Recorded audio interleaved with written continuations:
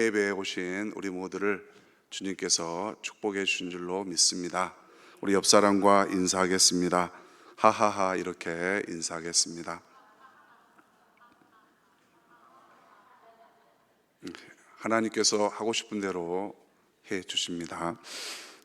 오늘 예배 드릴 때 쓴물이 단물되게 하신 우리 예수님이 우리 인생 위에도 함께 하실 줄로 믿습니다. 1990년 8월 30일 저녁 9시 20분에 있었던 일입니다. 궁금하시죠? 제가 군대에 입대한 날입니다. 그날 매우 날씨가 무더웠습니다. 햇볕이 쨍쨍 쬐끔 그런 날입니다. 2시에 입소돼 이제 부산 해운대 장산에 있는 53사단 입소대에 이렇게 가게 되었습니다. 2시부터 6시까지 이제 그 들어가는 길을 거의 기어서 또 논에도 빠지고 이렇게 막 정말 상상할 수 없는 그런 경험을 하면서 갔습니다. 선착순도 여러 번 했습니다. 또 제가 달리기를 잘 못하죠. 항상 여러 번 합니다. 근데 저녁 시간에도 주전자에 물이 없었습니다. 정말 갈증이 정말 말로 표현할 수 없을 정도였는데 물을 주지 않았습니다. 우리 성도 여러분, 정말 이렇게 녹물이 든 컵에 물이 있다 하면 어떻게 드시겠습니까? 눈으로 본다면 마시지는 않으시겠죠. 근데 이제 캄캄한 화장실에 9시 20분경에 물이 나온다는 아주 좋은 소식을 들었습니다. 캄캄한 화장실에. 그래서 그 물을 너무나 맛있게 마셨습니다. 정말 어찌나 감사하던지요. 근데 다음날 아침에 밀대를 빠는 이제 동기들이 녹물이었다고 말을 했습니다. 근데 제 마음속에 그날 저녁은 정말로 감사가 넘쳤던 것입니다. 이제 10월 중순경에 이제 자대 배치를 받았습니다. 6주간 훈련을 마치고 그리고 이제 11월부터 3개월간 내부안에서 설거지 당번으로 이렇게 명을 받았습니다. 그게 아주 추운 한겨울에 2등병으로 설거지를 하게 되었습니다. 그때는 지금처럼 좋은 군대인데요, 뜨거운 물 이런 게 없었습니다. 찬물에서 설거지를 하면서 손이 이렇게 트고, 저는 그때 화장품이 뭔지도 몰랐습니다. 그래가지고 이렇게 손에 바르는 거 없이 하면서 정말 그 찬 손을 이렇게 비비면서 설거지를 한 적이 있습니다. 겨울에 찬물에 빨래하던 어머니 생각이 눈에 선했습니다. 어머니께서는 우리를 위해서 빨래를 하면서도 빨래를 하시는데 우리 생각에는 그것이 당연하다고 생각을 하고 있습니다. 군대에서 그런 설거지를 하다 보니까 저의 마음이 이렇게 변화가 생겼습니다. 너무 은혜스럽습니다.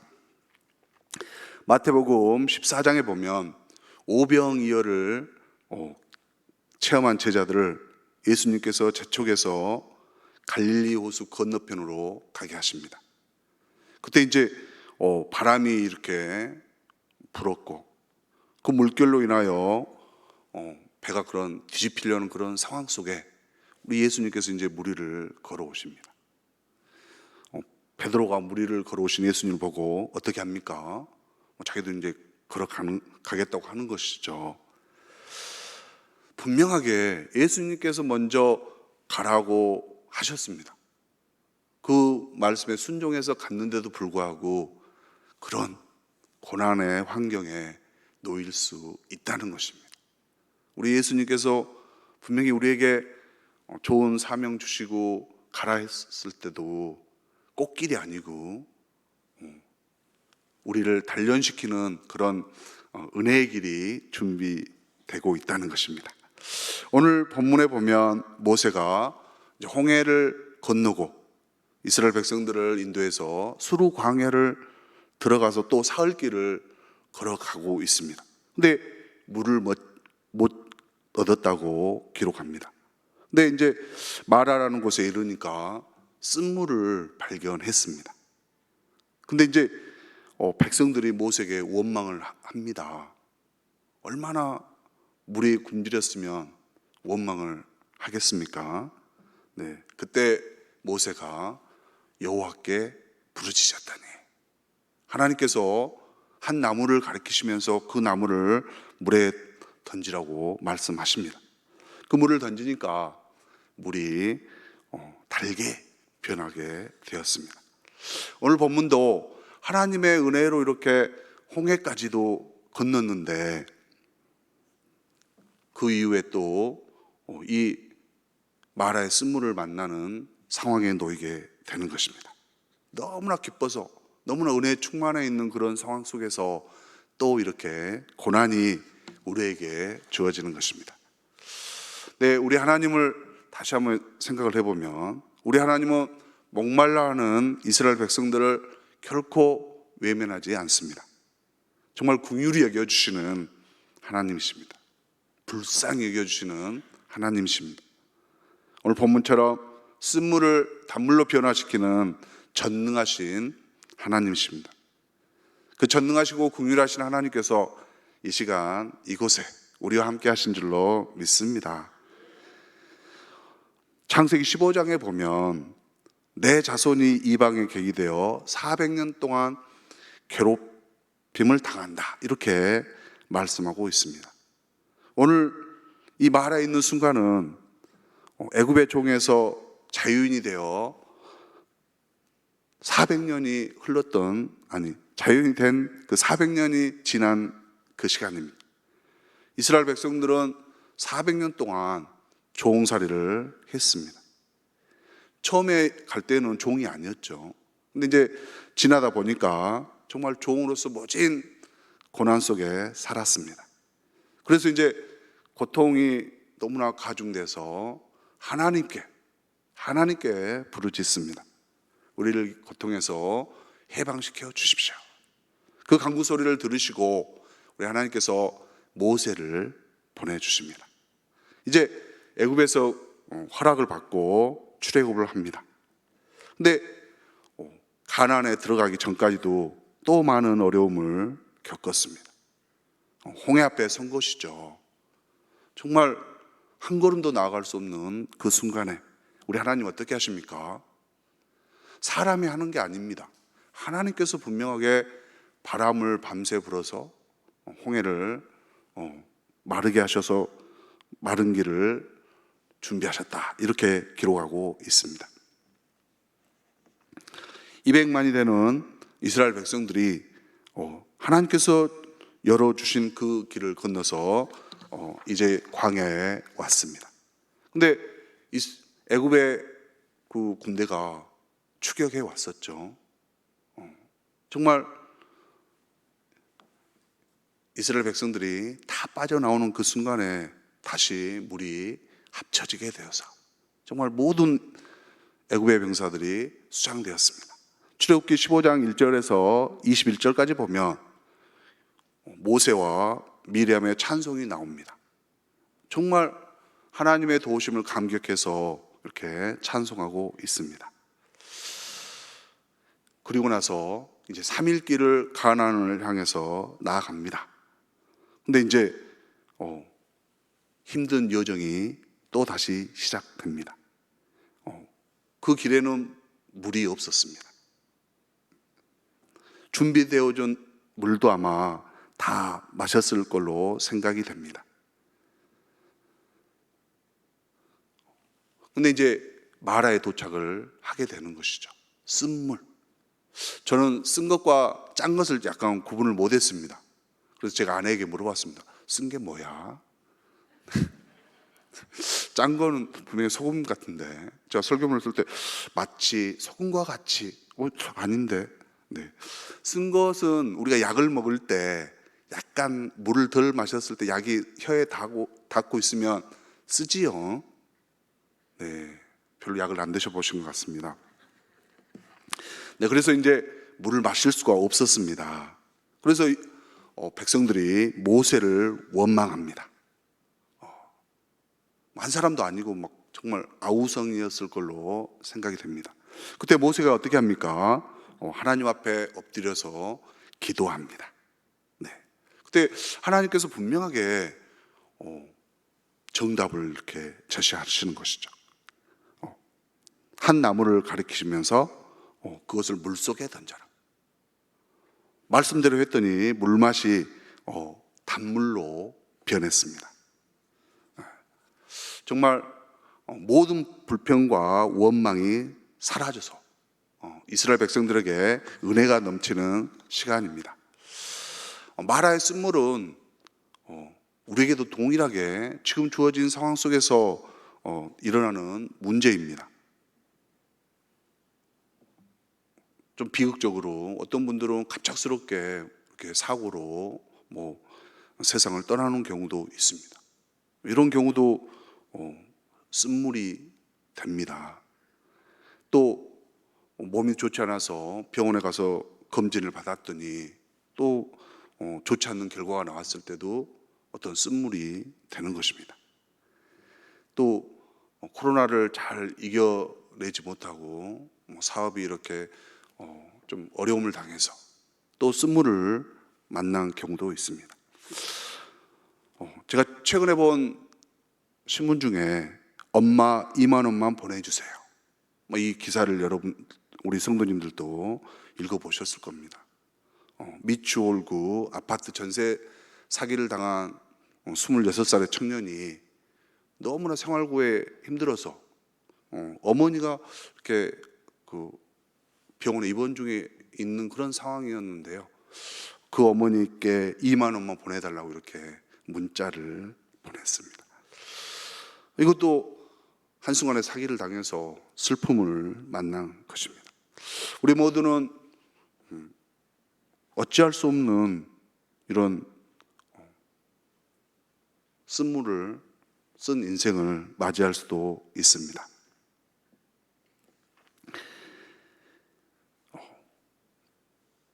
지금 이 시간에도 어쩌면 예기치 않는 그런 쓴물을 쓴 인생 속에 이곳에 나와서 정말 오늘 하나님께 간구해야 되겠다, 이런 우리 성도님들도 계시죠.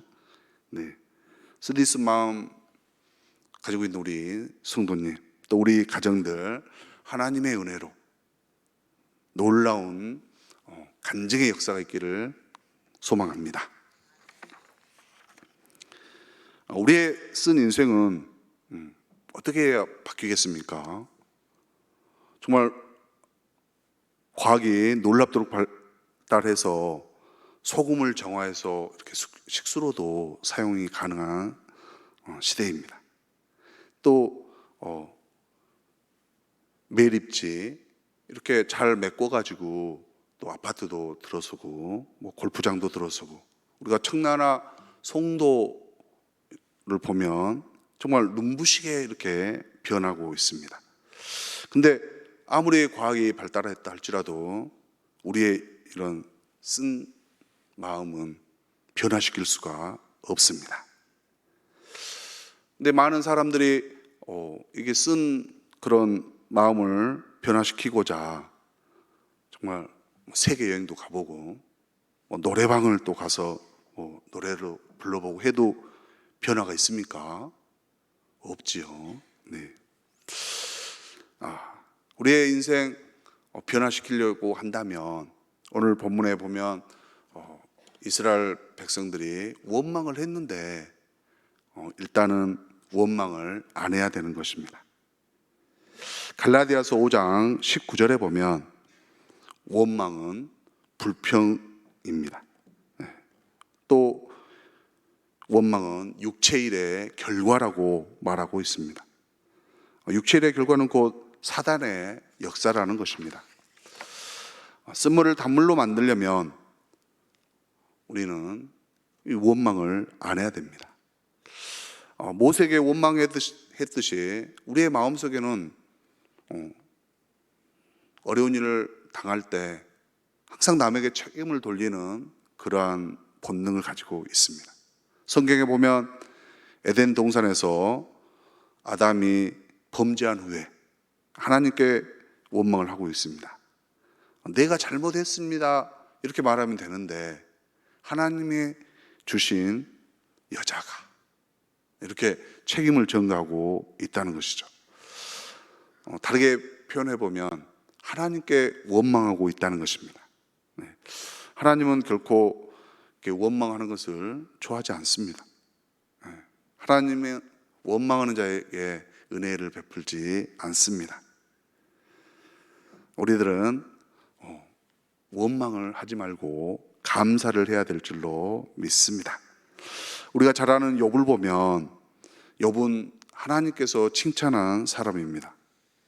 우리가 욥기 처음에 보면 그 부분은 누구나 다 읽었을 것입니다. 어느 날 갑자기 모든 재산을 다 잃게 된 것이죠. 또 모든 욥의 자녀들이 다 죽습니다. 또 욥에게는 정말 고칠 수 없는 그런 악창이 생겨서 정말 질병에 시달리게 됩니다. 정말 상상할 수도 없는 일들이 욥에게 일어나고 있습니다. 근데 욥기 1장 21절에 보면 이렇게 기록하고 있습니다.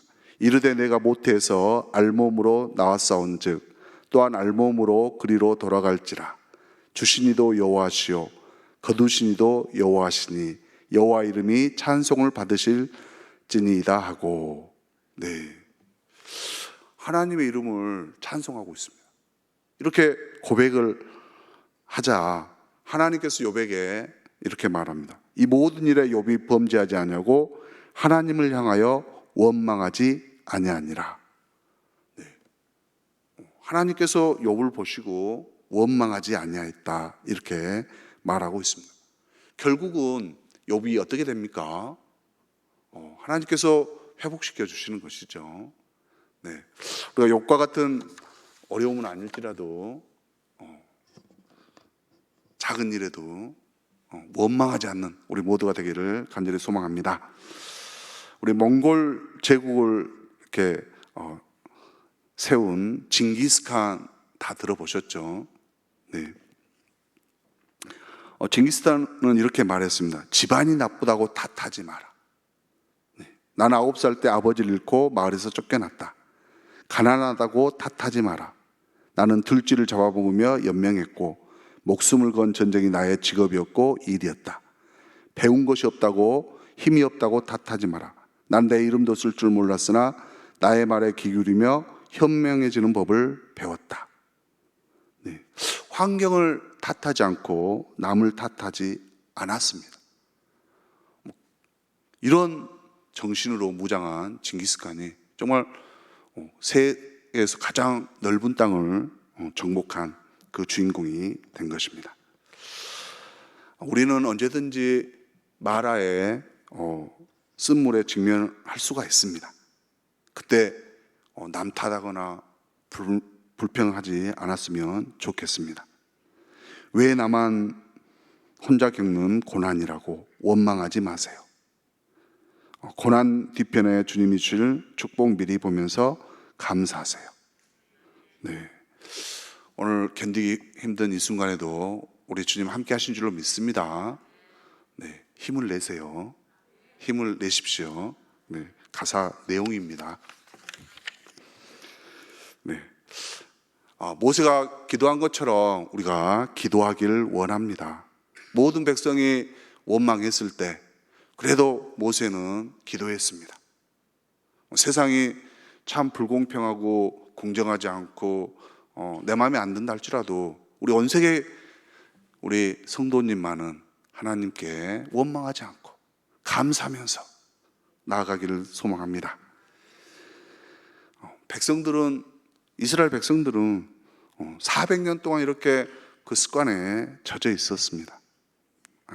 이 습관이 무서운 것이죠. 원망하는 것이 습관이 되어서 아주 큰 은혜도 바로 잊어먹게 되는 것입니다. 근데 모세는 어떻게 기도합니까? 주여 이 백성을 구원하여 주십시오. 네, 우리에게 원망하는 사람이 있다 할지라도 오늘 한번 긍휼의 마음을 품고 주님, 그분을 꼭 긍휼히 여겨 주십시오. 이런 믿음의 기도를 하기 원합니다. 우리가 믿음이 없을 때 기도하지 않습니다. 더 원망하게 되는 것이죠. 더 깊은 수렁 속으로 빠져들게 됩니다. 근데 모세는 하나님께서 살아계심을 믿었기에 하나님을 체험한 사람은 절대 흔들리지 않습니다. 우리가 하나님을 더 가까이 나아가는 방법은 말씀으로 나아가야 되는 것입니다. 기도의 자리로 나아가면 됩니다. 새벽 기도 때 우리 담임 목사님 열정적으로 말씀을 전하시죠. 내일은 호세아 2장입니다. 네, 우리가 믿음으로 부르짖을 때 정말 하나님께서 응답해 주시고 말의 쓴물을 단물로 바꿔 주시는 것입니다. 우리 한나를 보면 둘째 부인 분인나가 애를 낳고서 얼마나 괴롭게 했겠습니까? 네. 그때 그 쓰라린 마음, 그 쓰디쓴 인생은 말로 표현할 수 없을 것입니다. 근데 한나가 하나님께 부르짖으니까 어떻게 합니까? 하나님께서 사무엘을 주시는 것입니다. 기도하면, 하나님 믿고 기도하면 우리의 쓰디쓴 인생이 변하여 단물이 될 줄로 믿습니다. 우리는 오늘 꼭 기도하기를 원합니다. 모세만 기도한 게 아니고 또 다윗도 열심히 기도했습니다. 시편 5편 2절에 나의 왕 나의 하나님이여 내가 부르짖는 소리를 들으소서 내가 주께 기도하나이다. 오늘 분명하게 우리 예수님 바라보면서 기도하기를 원합니다. 18편 6절에도 내가 환난 중에서 여호와께 아뢰며 나의 하나님께 부르짖었더니 그가 그의 성전에서 내 소리를 들으시며 그의 앞에서 나의 부르짖음이 그의 귀에 들렸도다. 네. 다윗이 환난 중에서 하나님께 부르짖었다고 기록하고 있습니다. 그의 성전에서 부르짖었다고 기록하고 있습니다. 우리가 환난을 당하든 안 당하든 정말 주님 앞에 부르짖는 우리 모두가 되기를 간절히 소망합니다. 역경은 오직 하나님만이 해결할 수 있는 것입니다. 다른 방법이 없습니다. 오늘 특별하게 정말 나의 문제, 사람의 힘으로 안 되는 그런 문제, 작은 신음에도 응답하시는 우리 주님께 아뢰기를 원합니다. 요한복음 2장에 보면 예수님께서 혼인잔치에 가셨습니다. 그때 또 문제가 발생합니다. 포도주가 떨어졌습니다. 예수님은 빈 항아리에 가득 찬 물을 포도주로 변화시켰습니다. 우리 예수님은 상황을 변화시켜 주시는 분이십니다. 그래서 인생은 예수님께 맡겨야 되는 것입니다.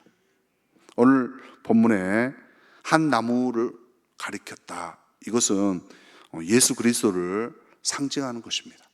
그 나무를 물에 던졌을 때 쓴물이 달게 되는 것입니다. 우리의 인생을 달게 하시는 분은 오직 예수님 뿐입니다. 근데 이 모든 쓴 문제는 어디서부터 유래가 됩니까? 그것은 죄의 문제가 해결되지 않았을 때 쓴 인생이 되는 것입니다. 죄의 문제. 하나님과 관계가 어긋나는 게 죄죠. 더욱더 하나님께로 나의 마음과 눈을 향하기를 원합니다. 우리 예수님께서 이 시간 우리의 마음속에 찾아오셔서 함께 하시면 우리의 모든 문제가 해결될 줄로 믿습니다. 이사야서 53장 5절에 보면 그가 찔림은 우리의 허물 때문이요 그가 상함은 우리의 죄악 때문이라. 그가 징계를 받음으로 우리는 평안을 누리고 그가 채찍에 맞음으로 우리는 나음을 받았도다. 이렇게 말하고 있습니다. 우리 예수님께서 우리를 위해서 그 영광의 하늘 보좌를 버리시고 이 땅에 오셨습니다. 우리 예수님을 받아들이면 모든 문제가 해결될 줄로 믿습니다. 혹시나 하나님은 우리를 용서해 주셨는데 우리는 남을 용서하지 못한 분이 우리 성도님들은 안 계시죠? 용서를 안 하면 우리 주님께서도 말씀을 하셨습니다. 주기도문에 늘 있죠. 내가 남을 용서한 것 같이 나도 너를 용서해 준다는 것입니다. 오늘 어려서부터 남에게 이렇게 용서해 줘야 될 거 있다면 용서하는 우리 모두 되기를 간절히 소망합니다. 우물가의 여인 하면 다들 잘 아시죠? 네. 5 남편을 이렇게 바꿔봤지만 인생의 쓴 문제를 해결할 수는 없었습니다. 근데 우물가에서 예수님을 만났을 때 인생이 변화되었습니다. 오늘 이 시간 우리 모두도 예수님을 만나기를 원합니다.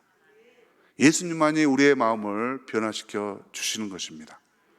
우리의 상한 심령도 변화시켜 주시고 우리의 용서하지 못한 그 꽉 막힌 마음도 이렇게 긍휼의 마음 주셔서 용서할 수 있도록 해 주시는 것입니다.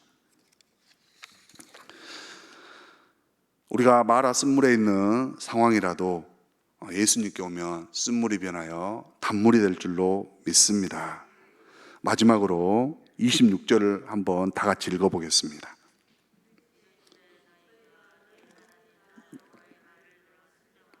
내가 보기에 의를 행하며 내 계명의 귀를 기울이며 내 모든 규례를 지키면 내가 애굽 사람에게 내린 모든 질병 중 하나도 너에게 내리지 아니하리니 나는 너희를 치료하는 여호와임이라. 아멘. 네, 여기 보면 여호와의 말 또 계명 규례 나옵니다.